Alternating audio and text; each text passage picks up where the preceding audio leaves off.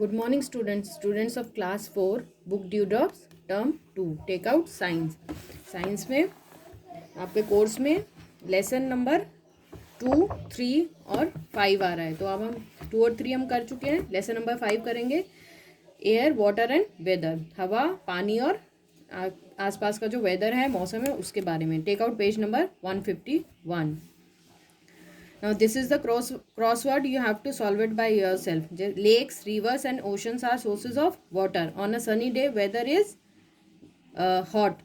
जब धूप निकलती है तो वेदर गर्म होता है. We wear dash clothes on a cold day. Cold day पे हम ठंड में कैसे कपड़े पहनते हैं? Woollen clothes. We breathe in dash to live. तो हमें जीने के लिए किसकी ज़रूरत होती है? ऑक्सीजन. और you can write air also according to this crossword. Now let's read the lesson. Page number 152. Cloudy, rainy, windy, hot, cold, humid, all these terms tell the different conditions of the atmosphere around us.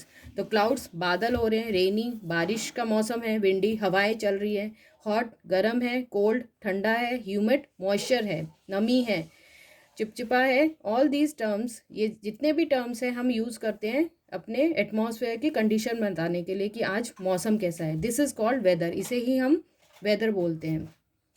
Weather is the condition of the atmosphere of a place at a particular time. So weather क्या है? वो ऐसी condition है हमारे आसपास के atmosphere की एक पर्टिकुलर प्लेस पे. जैसे अभी ठंड का मौसम है, इस वक्त वेदर जो है वो कोल्ड है. The factor that determine weather are temperature, wind, air pressure, moisture and clouds. तो वो फैक्टर्स जो वेदर मौसम के बारे में बताते हैं वो है टेम्परेचर कि टेम्परेचर कितना है, विंड हवाएं कैसी चल रही है, एयर का प्रेशर कितना है, मॉइस्चर नमी कितनी है और क्लाउड्स कितने हैं. All these factors are related to one another. ये सब आपस में रिलेट होते हैं सारे factors. It is the sun that influence these factors. और ये सारे फैक्टर्स इफेक्ट होते हैं सन से. हमारे अर्थ की कितनी दूरी पे है सन, उससे इफेक्ट होता है हमारे यहाँ का weather. The heat of the sun affect the movement of the air and changes the form of water. तो जो सन की हीट होती है उसी का इफेक्ट हमारे एयर पे पड़ता है और यहाँ का फॉर्म्स ऑफ वाटर पे, which brings about changes in the weather. और उसी की वजह से वेदर में चेंजेस आते हैं. Now role of the sun in weather changes. अब हम सन का जो रोल है उसके बारे में पढ़ेंगे. The sun and the movement, that is rotation and revolution of the earth, play an important role in weather changes. तो अर्थ जो रोटेट करती है अपने ही एक्सिस पे और रेवोल्यूशन लेती है सन के चारों तरफ, उससे सन की और अर्थ की इस कंडीशन से ही वेदर चेंजेस होते हैं. The rotation of the earth causes day and night. जब अर्थ रोटेट करती है उसकी वजह से दिन और रात होते हैं. The part of the earth that faces the sun get sunlight and has day. तो जो पार्ट अर्थ का सन की तरफ फेस करता है और सनलाइट रिसीव करता है वहाँ पर दिन होता है, और जो पिछला पार्ट होता है वहाँ पर नाइट होती है. The other part does not gate sunlight has night. और जहाँ पर सनलाइट नहीं पहुँचती है वहाँ पर नाइट होती है, रात होती है. The revolution of the earth around the sun causes seasons. तो जो अर्थ सन के चारों तरफ चक्कर लगाती है उसकी वजह से सीजन्स होते हैं, मौसम बदलते हैं. While revolving the part of the earth that are nearer to the sun have hotter and longer days and have summer.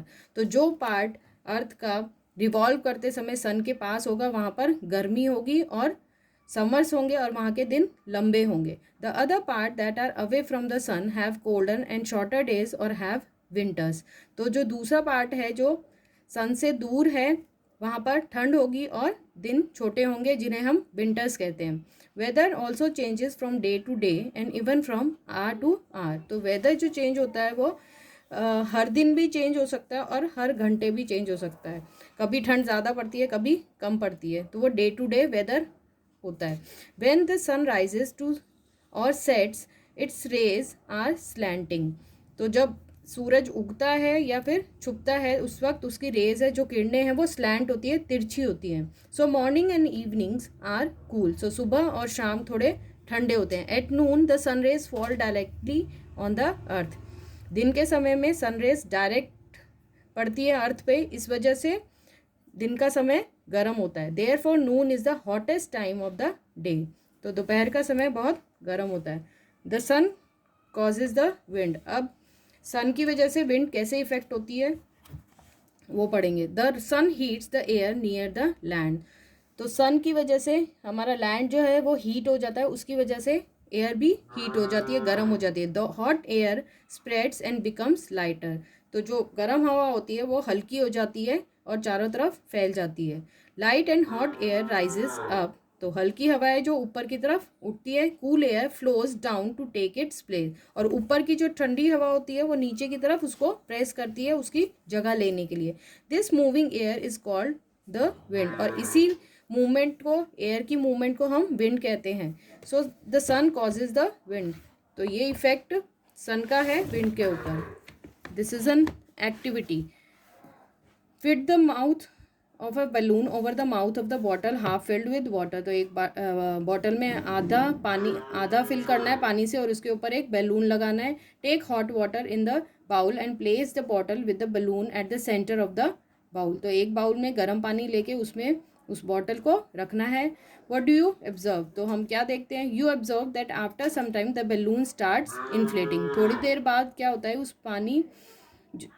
पानी में जो भाप बनती है, गर्म हो जाता है अंदर वाला पानी, उसकी वजह से बलून में हवा भर जाती है। This happens because air in the bottle gets heated due to the hot water in the bowl and rises up into the balloon. तो जब अंदर बॉटल के अंदर का पानी गर्म होने लग जाता है तो उसमें से गर्म हवा जो होती है वो बलून में भर जाती है, क्योंकि हॉट एयर ऊपर की तरफ जाती है।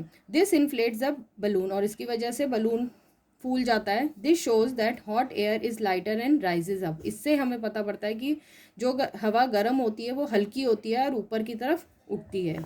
The sun causes humidity. ये हम नेक्स्ट क्लास में पढ़ेंगे। Read up to this. Bye, have a nice day.